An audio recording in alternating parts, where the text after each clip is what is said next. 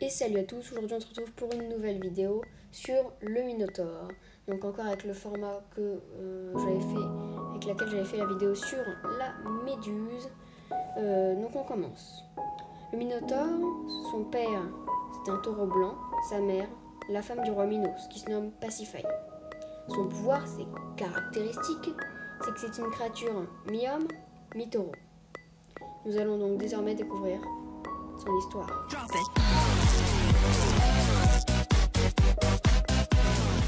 Pasiphae s'était mariée avec le puissant roi Minos. Mais le roi, son mari, lui commettait de grandes infidélités. Il la trompait. Alors, folle de rage, elle lui jeta un sort qui tuait toutes ses maîtresses. Poséidon, en punition, la fit tomber amoureuse d'un taureau blanc que le roi n'avait point voulu sacrifier en hommage des dieux. Alors naquit le Minotaure. Quand le roi s'en aperçut, il enferma le Minotaure dans un dédale, un labyrinthe. Pourquoi Dédale? Parce que c'est lui l'architecte de ce labyrinthe. Il se nomme Dédale, c'est pour ça que des fois, pour dire labyrinthe, on dit Dédale. On continue. Dans un dédale où il ne pourra jamais s'en enfuir. Tous les 9 ans, alors, 7 jeunes filles et 7 jeunes hommes des Athéniens, choisis au sort, devaient entrer dans le labyrinthe pour servir de repas à la créature.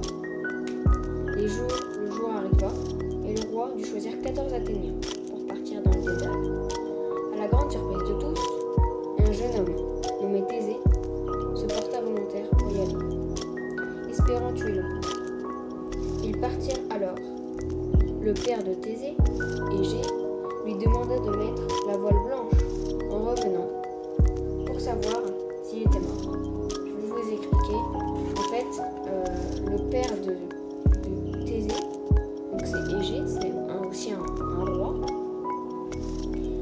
Pour savoir avant tout le monde à l'avance s'il avait réussi, il demanda à Thésée de mettre, s'il avait réussi à s'en sortir, à être vivant et avoir tué le Minotaure, qu'il mette la voile blanche sur le bateau en revenant. Comme ça, Égée, quand le bateau arrivera, il verra qu'il y a la voile blanche et il saura que son fils donc n'est pas mort.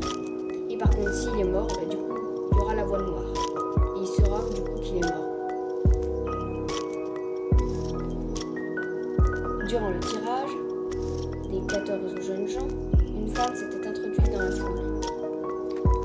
La fille de Minos, Ariane.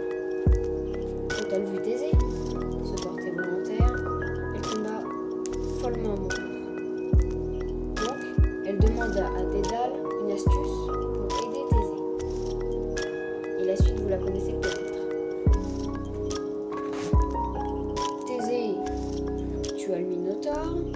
Ariane aida Thésée à sortir du labyrinthe grâce à un fil, donc le fil d'Ariane. C'est de là que vient l'expression.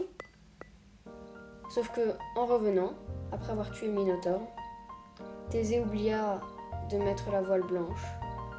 Alors son père, quand il vit la voile noire, du coup, sauta de la falaise, dans la mer qui portera son nom, la mer Égée.